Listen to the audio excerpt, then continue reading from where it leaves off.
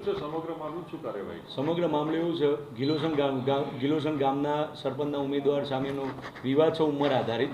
એ જે તે વખતે 21 વર્ષની જે લાયકાત છે એ ફૂલફિલ કરતા નહોતા. જે તે વખતે એને ફોર્મ ભર્યું 21 વર્ષ બતાવીને એને એકરારનામામાં, અને પછી જે તે વખત ફોર્મ ચૂંટણી અધિકારી અને મદદની ચૂંટણી અધિકારીની ભૂલના કારણે ફોર્મ સ્વીકારાયું છે ને એવું વિજેતા ઉમેદવાર તરીકે પણ જાહેર થઈ ગયા છે.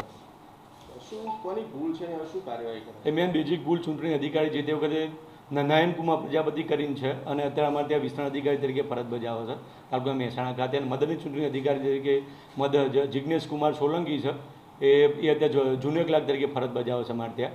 એટલે જે તે વખતે એમને એ બંનેની ભૂલના કારણે પ્રાથમિક દ્રષ્ટિએ જણાઈ આવે છે કે એમને એ બંનેની ભૂલના કારણે આવો પ્રશ્ન બન્યો છે. મામલો સામે કેવી રીતે ખબર કેવી રીતે પડી? ચૂંટણી હમણાં પ્રતિષેધ હતા. મામલો સામે એવી રીતે બેઝિકલી આજે સીએમ સાહેબનું ફંક્શન છે મહાત્મા મંદિર ખાતે, અને એમાં બધી વિગતો માગી સરપંચની બધાની. એટલે એ વખત ધ્યાને આવ્યું કે એમની જન્મ તારીખ પ્રમાણે 21 વર્ષ ક્રાઇટેરિયા ફૂલફિલ થતા નથી, તેમ છતાં સરપંચ તરીકે એ ચૂંટાઈ આવેલ છે. એલસી અને આધાર કાર્ડમાં શું શું જાણવા મળ્યું? એલસી આધારે તમે ખરાઈ કરી એટલે એમની જન્મ તારીખ 7/1/2005 બોલે છે, અને ચૂંટણી કાર્ડ આધારે 8/12/2004 બોલે છે. એટલે એલસી અને ચૂંટણી કાર્ડમાં પણ અલગ તારીખો છે, પણ બંને તારીખો મેચ કરે, પણ 21 વર્ષ ક્રાઇટેરિયા ફૂલફિલ થતા નથી. તપાસ શરૂ કરાઈ છે, કોને અહેવાલ સુપરત કરાયો? પ્રાંત સાહેબને આપણે આખું દરખાસ્ત મોકલી આપીએ સાહેબને.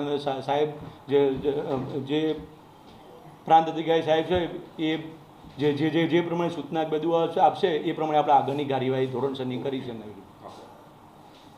સ્પષ્ટપણે તાલુકા વિકાસ અધિકારી શ્રીના આજે અહેવાલ મળ્યો છે, જે મુજબ ગિલોસણ ગ્રામ પંચાયતમાં જે ચૂંટાઈને ઉમેદવાર સરપંચ તરીકે ચૂંટાયેલા છે એમની ઉંમર એમના અહેવાલ મુજબ 21 વર્ષ કરતાં ઓછી છે એવું જણાવેલ છે.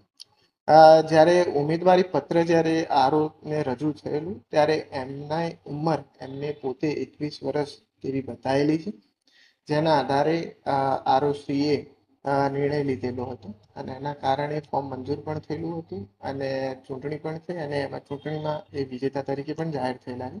આ દરખાસ્ત ટીડીઓશ્રીએ મોકલેલી છે, જે અમે મહેરબાન કલેક્ટર સાહેબને પણ મોકલી આપી છે, અને સાહેબ તરફથી જે આગળની સૂચના થઈ તે મુજબની આગળ.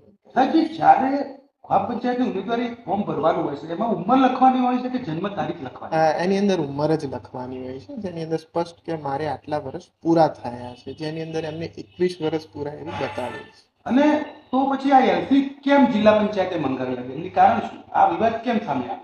એ એમના કોઈ વહીવટી કારણસર મંગાવ્યું છે, એ ખ્યાલ નથી. સાહેબ, આ ઉમેદવારોનું શું કારણ કરે છે? આ જે દરખાસ્ત છે મેં રાજ્ય ચૂંટણી આયોગને મોકલી આપી. આયોગ તરફથી જે નિર્ણય થશે કેવી કાર્યવાહી થઈ શકે છે? પહેલા તો આ જે માહિતી છે જે એમને આપેલી ફોર્મની અંદર 21 વર્ષ ખોટી આપેલી છે એવું પ્રાથમિક દ્રષ્ટિએ જણાય છે, જે એનો વિગતવાર અભ્યાસ કરી નિર્ણય છે. એની સામે ક્રિમિનલ પ્રોસિજરની કઈ કલમ અંતર્ગત કાર્યવાહી થઈ શકે?